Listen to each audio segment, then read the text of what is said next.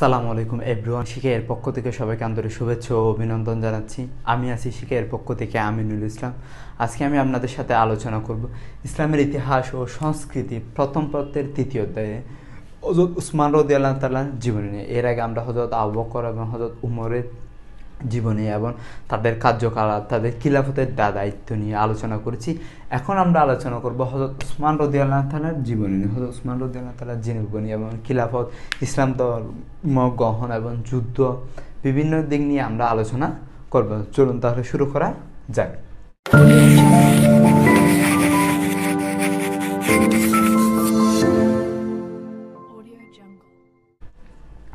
হযরত উসমান রাদিয়াল্লাহু তাআলা খিলাফতের দায়িত্ব গ্রহণ করেন 644 খ্রিস্টাব্দ থেকে 656 খ্রিস্টাব্দ পর্যন্ত, 644 থেকে 656 খ্রিস্টাব্দ পর্যন্ত, অর্থাৎ 12 বছর হযরত উসমান রাদিয়াল্লাহু তাআলা কী করেন? খিলাফতের দায়িত্ব গ্রহণ করেন, অর্থাৎ 12 বছর তিনি শাসন আমল ছিলেন।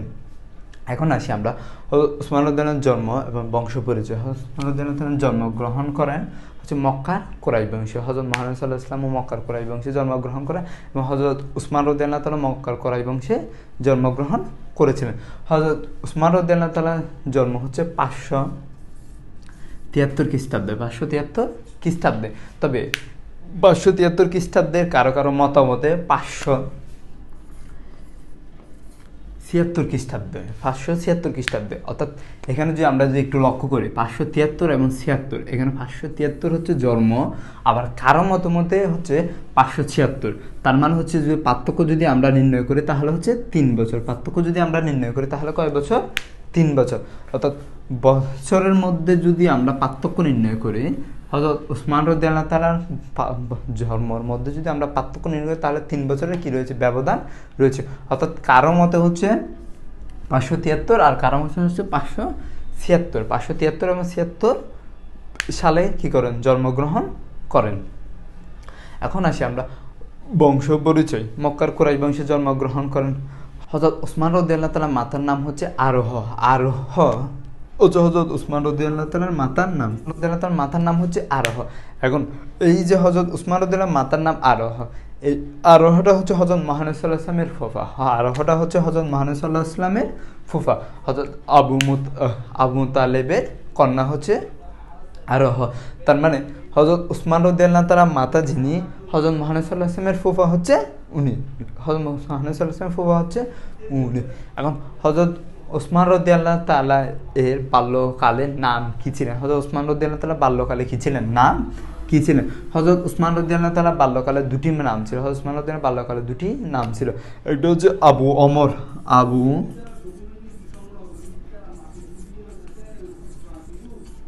হযরত উসমান রাদিয়াল্লাহু তাআলা আবু ওমর এবং আবু আব্দুল্লাহ, আবু ওমর এবং আবু দুটি নাম ছিল।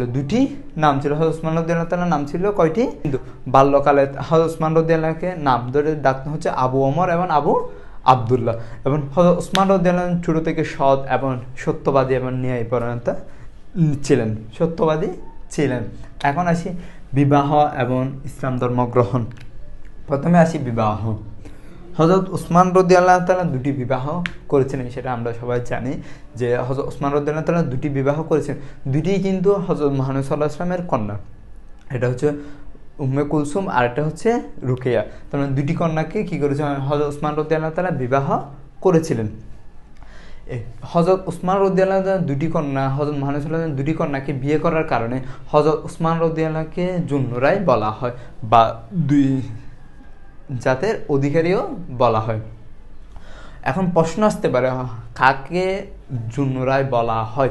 নিচে চারটি অপশন দিতে, হযরত ওসমান, হযরত আলী, হযরত আবু বকর বা হযরত উমর। তাহলে এখন আমাদের সঠিক আনসার বের করতে হবে হযরত উসমান। জুন্নুরাই কাকে বলা হয়? হযরত উসমান।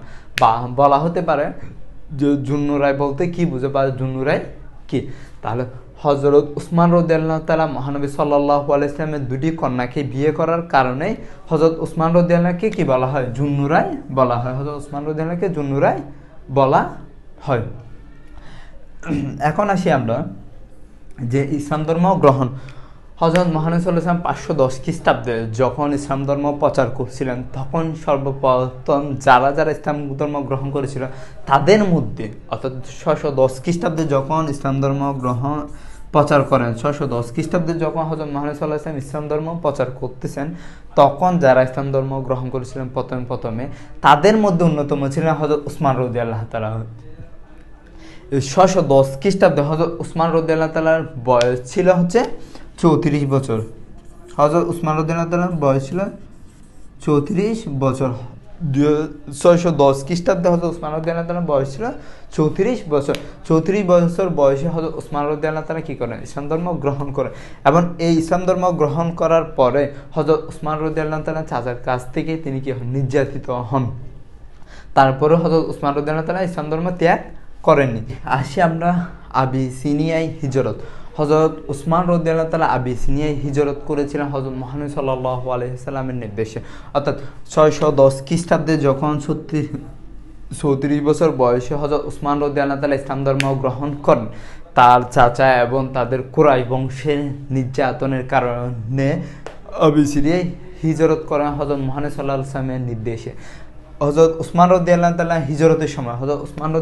হিজরতের সময় তার সাথে তার স্ত্রী কুলসুম ছিলেন এবং তার সাথে অনেক সাহাবীও ছিলেন। একদল সাহাবী সহ তার স্ত্রী সহ কি করেন? হিজরত করেছিলেন।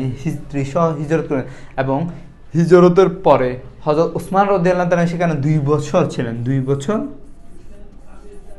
হযরত উসমান রাদিয়াল্লাহু তাআলা 2 বছর ছিলেন। অর্থাৎ হিজরতের পরে উসমান রাদিয়াল্লাহু তাআলা হিজরতের স্থানে 2 বছর ছিলেন এবং 2 বছর পরে উসমান রাদিয়াল্লাহু তাআলা আবার মক্কায় ফিরে আসেন। মক্কায় ফিরে আসার পরে আবার জীবনযাপন করে এবং 622 খ্রিস্টাব্দে আবার হযরত উসমান রাদিয়াল্লাহু তাআলা মদিনায় হিজরত করেন। 622 খ্রিস্টাব্দে হযরত উসমান রাদিয়াল্লাহু তাআলা মদিনায় হিজরত করেন এবং মহানবী সাল্লাল্লাহু আলাইহি ওয়াসাল্লামের সাথে মিলিত হন। হযরত উসমান রাদিয়াল্লাহু তাআলা মহানবী সাল্লাল্লাহু আলাইহি ওয়াসাল্লামের সাথে মিলিত হন।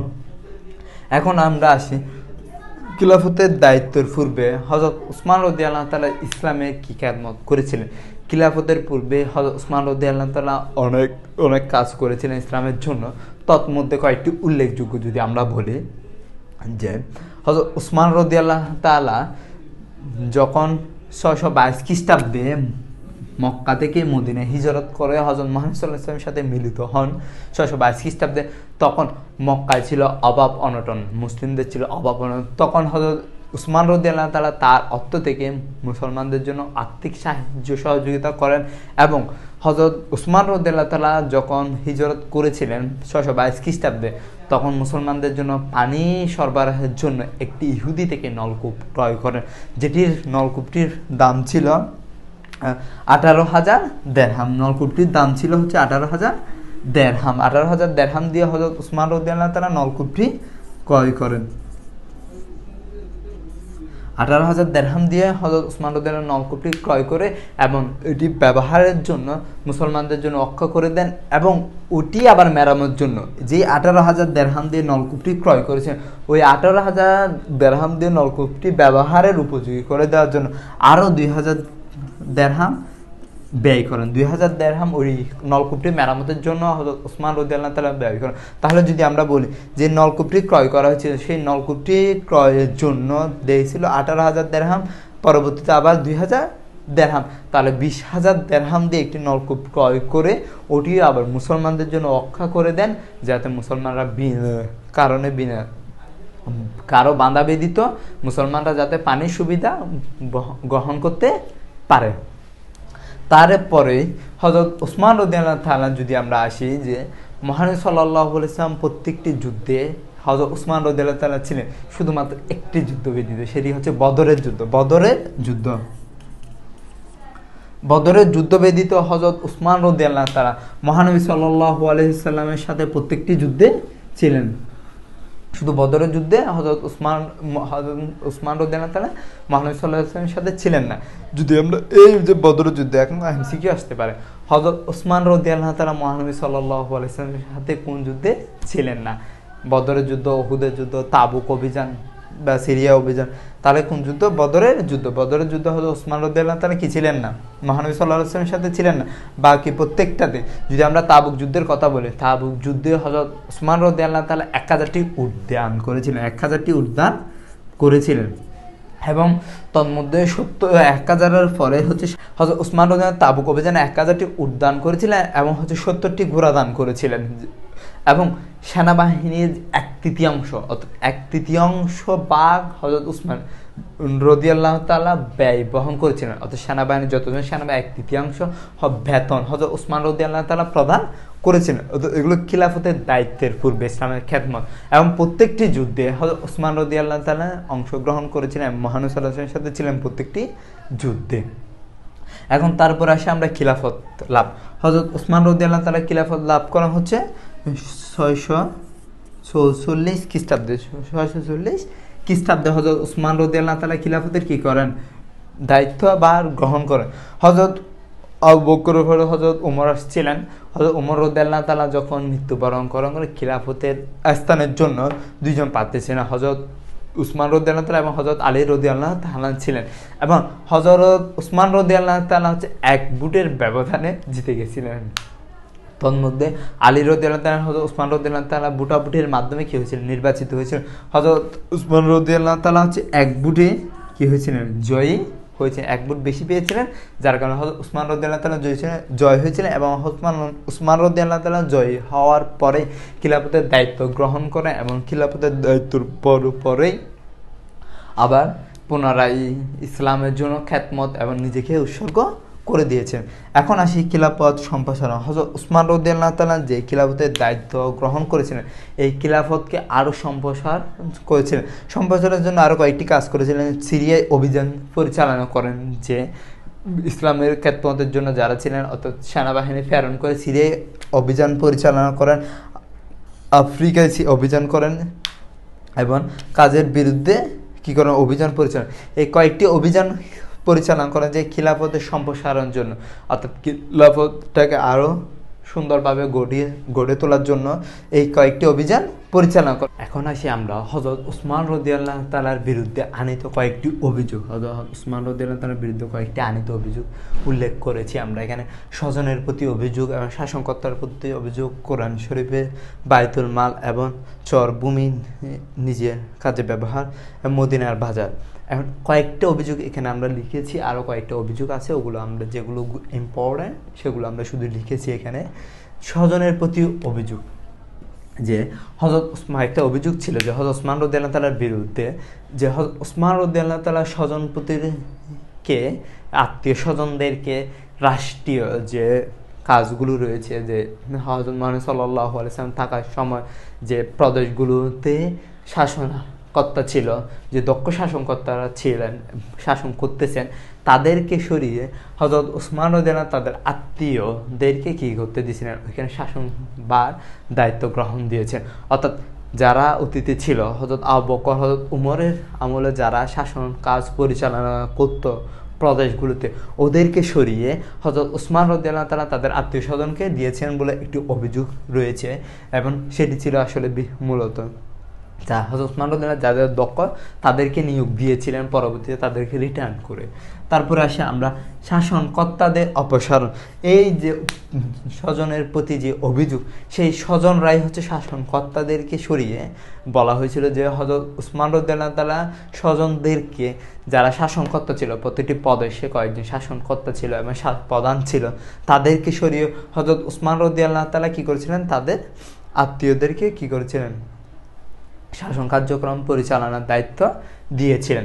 তারপর আসে কোরআন শরীফের কথা।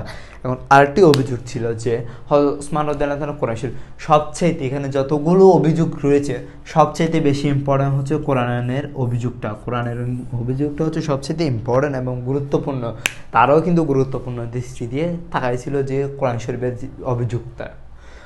হযরত উসমান রাদিয়াল্লাহু তাআলা শাসন আমলে যখন যে কোরআন শরীফকে আরব দেশের বিভিন্ন অঞ্চলে তাদের সহজ ভাষায় উচ্চারণের জন্য এবং সহজে উচ্চারণ করার জন্য তারা বিভিন্নভাবে বিভিন্ন ভাষায়, অর্থাৎ যেভাবে সহজভাবে উচ্চারণ করা যায় বর্ণগুলোকে, আরবি বর্ণগুলোকে সেভাবে উচ্চারণ করতো।